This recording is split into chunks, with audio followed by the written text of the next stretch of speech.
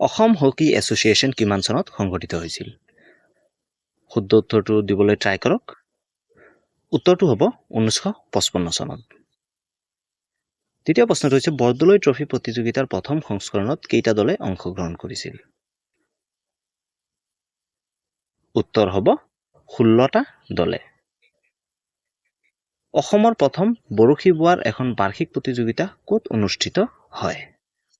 শুদ্ধ উত্তৰটো হ'ব জীয়া ভৰলীত।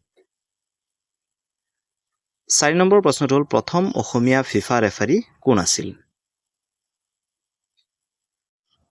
শুদ্ধ উত্তৰটো হ'ল বাবুল বাৰ্মিজ। 5 নম্বৰ প্ৰশ্নটো হ'ল গুৱাহাটীত প্ৰথম এদিনীয়া আন্তৰ্জাতিক ক্ৰিকেট খেলখন কাৰ কাৰ মাজত অনুষ্ঠিত হৈছিল? শুদ্ধ উত্তৰটো হ'ল ৱেষ্ট ইণ্ডিজ আৰু ভাৰতৰ মাজত। 6 নম্বৰ প্ৰশ্নটো হ'ল লোকপ্ৰিয় বৰদলৈ ট্ৰফী ফুটবল প্ৰতিযোগিতা অসমত কেতিয়া আৰম্ভ হৈছিল? শুদ্ধ উত্তৰটো হ'ল 1952 চনত।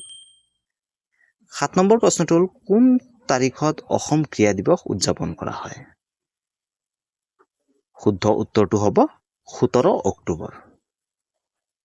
8 নম্বৰ প্ৰশ্নটো হ'ল দুগৰ শ্বিল্ড ফুটবল প্ৰতিযোগিতা কিমান চনত আৰম্ভ কৰা হৈছিল? শুদ্ধ উত্তৰটো হ'ল 1962 চনত। 9 নম্বৰ প্ৰশ্নটো হ'ল অসমৰ স্বাধীনতা কাপ ফুটবল প্ৰতিযোগিতা কিমান চনত আৰম্ভ হৈছিল?